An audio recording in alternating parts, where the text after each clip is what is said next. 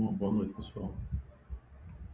A gente está aqui hoje e o assunto da nossa aula hoje é a tabela periódica dos elementos químicos. A gente vai ver aqui um pouco, um breve histórico de como foi criada essa tabela. Primeiro, o francês Antoine Lavoisier, em 1789. Em sua obra, O Tratado Elementar da Química, ele listou algumas substâncias as quais não podiam ser quebradas, como o hidrogênio, o oxigênio, o nitrogênio, o enxofre elementar, fósforo, o mercúrio e o zinco. Essa lista de Lavoisier incluía a luz e o calor como sendo substâncias químicas. A obra de Lavoisier já classificava as substâncias químicas como metais e não metais. No ano de 1865, John Newlands ele classificou os 56 elementos químicos descobertos até então em 11 grupos com propriedades físicas semelhantes. Newlands notou que a massa atômica dos elementos com propriedades similares diferiam de múltiplos de 8 em seu peso atômico. Então ele propõe a lei das oitavas. A ideia da periodicidade com múltiplos de 8 só foi aceita no início do século XX com a teoria de Lewis e a regra do octeto para ligações químicas de Langmuir.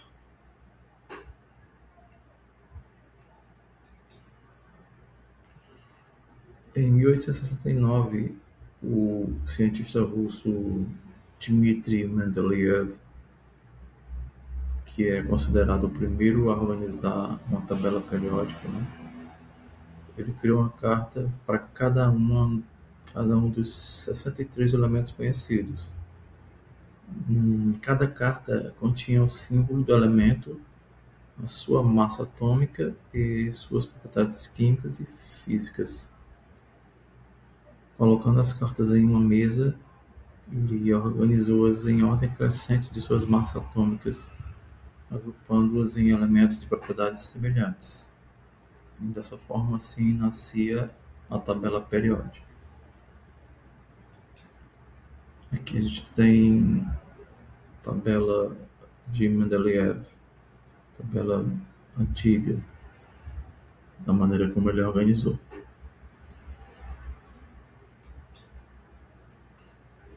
Em 1914, o Henry Moseley ele demonstrou uma relação entre o comprimento de onda associado a um átomo e seu número atômico.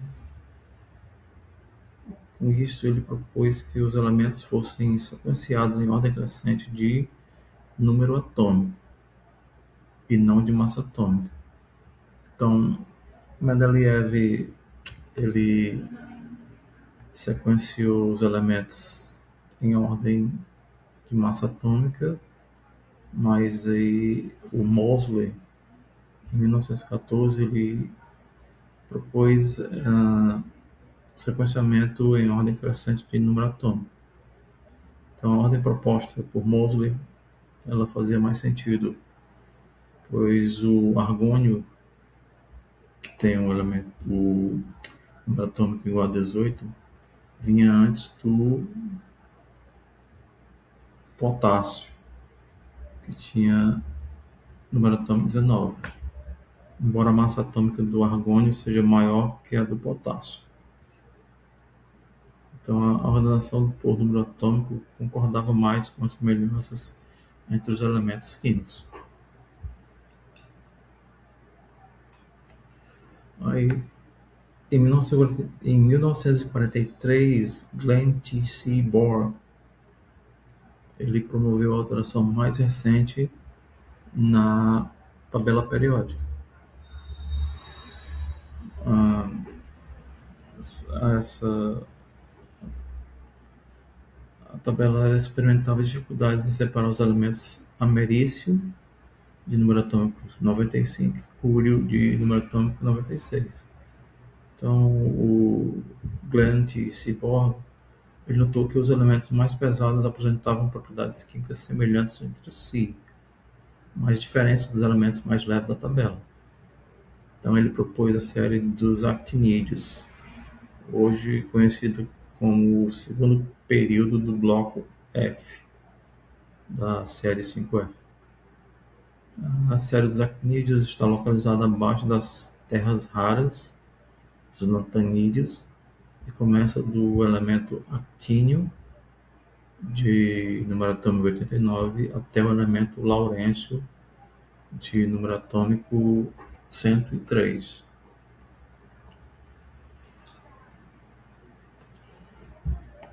A descoberta dos elementos. Né? Antes de 1800, haviam 36 elementos descobertos. Né? Da alquimia e dos primórdios da química, onde houve a descoberta do oxigênio. De 1800 a 1849, foram descobertos mais 22 elementos. Isso devido ao impulso das revoluções científicas, química como ciência e industrial. De 1850 a 1899, foram descobertos mais 23 elementos. Foi a época da classificação dos elementos e impulso da espectroscopia. De 1900 a 1949, mais 13 elementos foram descobertos. Isso se deu conta do impulso das teorias quânticas. E de 1950 a 1999, foram descobertos mais 15 elementos. Essa foi a época da bomba atômica e da física de partículas. Então, com a descoberta desses elementos, os elementos químicos foram classificados em metais.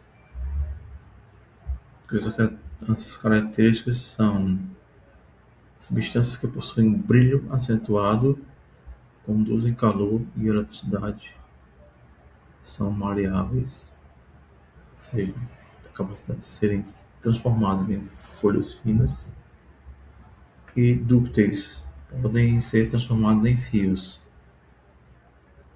Os não metais variam muito em aparência. Eles não são brilhantes e normalmente são pobres condutores de eletricidade. O ponto de fusão é frequentemente mais baixo que o dos metais. E os metalóides. Os metalóides eles tinham propriedades intermediárias entre metais e não metais. Eles podem possuir algumas propriedades metálicas características, mas faltam outras. Um exemplo é o silício, que possui brilho metálico, mas não é maleável, e não conduz calor e eletricidade tão bem quanto os metais. Ele é um semicondutor.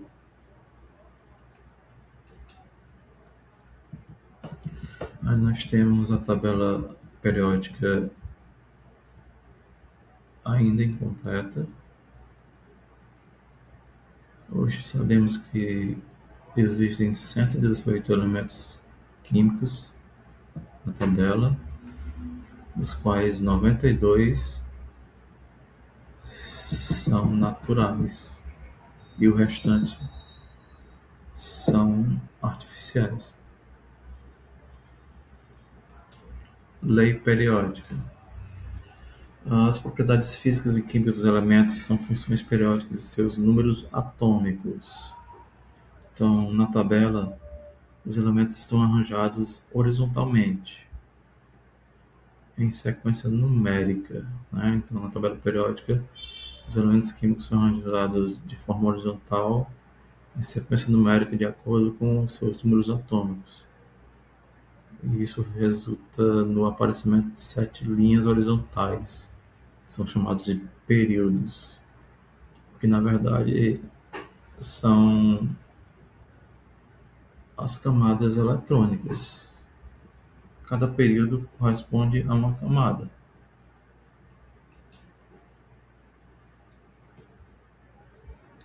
Os elementos químicos na tabela eles são representados por letras maiúsculas, ou uma letra maiúscula seguida de uma letra minúscula.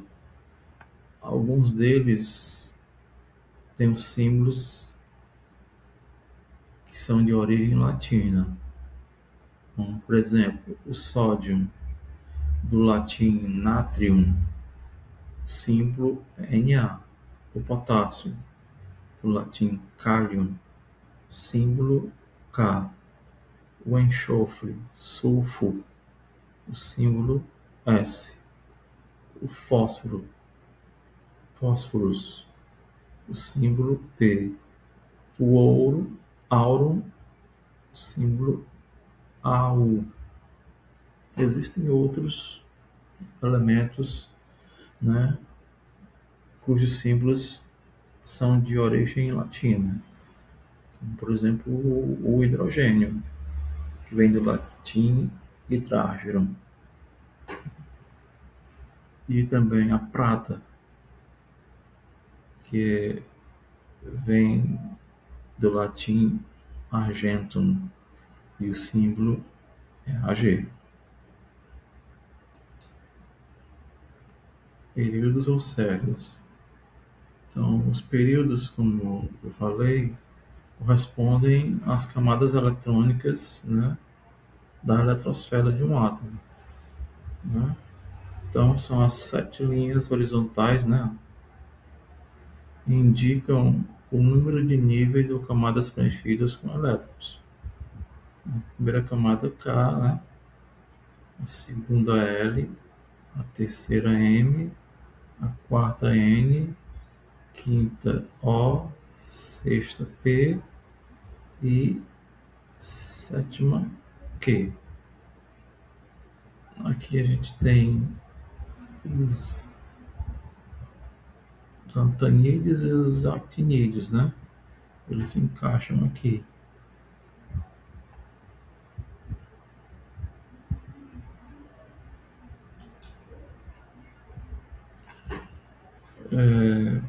Então, a tabela, além de ser formada por períodos, ela é formada por famílias ou grupos. Os grupos ou famílias são as colunas verticais da tabela periódica. Em um grupo ou família, encontram-se elementos com propriedades químicas semelhantes. Para os elementos representativos, o número do grupo representa o número de elétrons da última camada, ou seja, a camada de valência. Então na tabela nós temos 18 grupos. O 1, o 2, o 3, o 4, até o grupo 18. Vamos ver aqui os principais grupos. Famílias ou grupos. A tabela tem grupos principais, que são o grupo 1, que é o grupo dos metais alcalinos. O grupo 2 é o grupo dos alcalinos terrosos, que são metais. Do grupo 3 ao grupo 12, nós temos elementos de transição, ou seja, os elementos que têm características entre metais e não metais, ou ametais, são os metalóides. O grupo 13 é o grupo do boro. O grupo 14 é o grupo do carbono. O grupo 15 é o grupo do nitrogênio. 16 são os calcogênios. 17 são os halogênios. E o 18 é o grupo especial chamado gases nobres.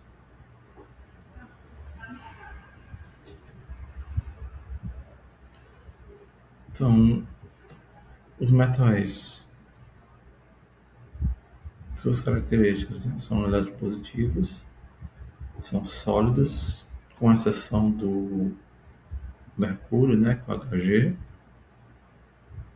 O brilho tem um brilho característico, são dúcteis, podem ser transformados em fios, são maleáveis, podem ser transformados em lâminas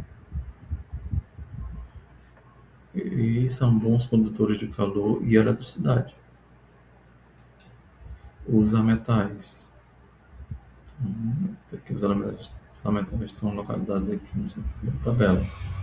Então, os ametais, as principais características deles são eletronegativos, são quebradiços, são opacos, ou seja, não possuem brilho, formam compostos covalentes, ou seja, moleculares, e são péssimos condutores de calor e eletricidade, com exceção para o carbono.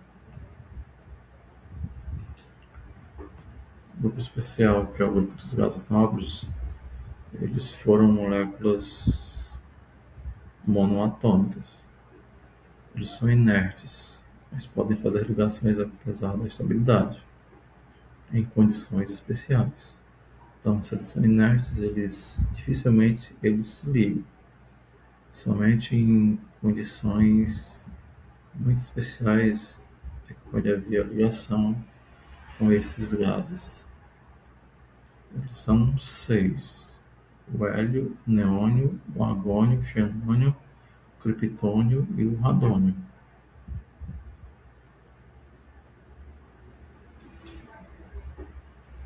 Então, aqui o resumo dos metais, toda essa parte aqui da tabela periódica. Os gases, os ametais ocupam essa parte aqui, os gases nobres ocupam esse único grupo aqui.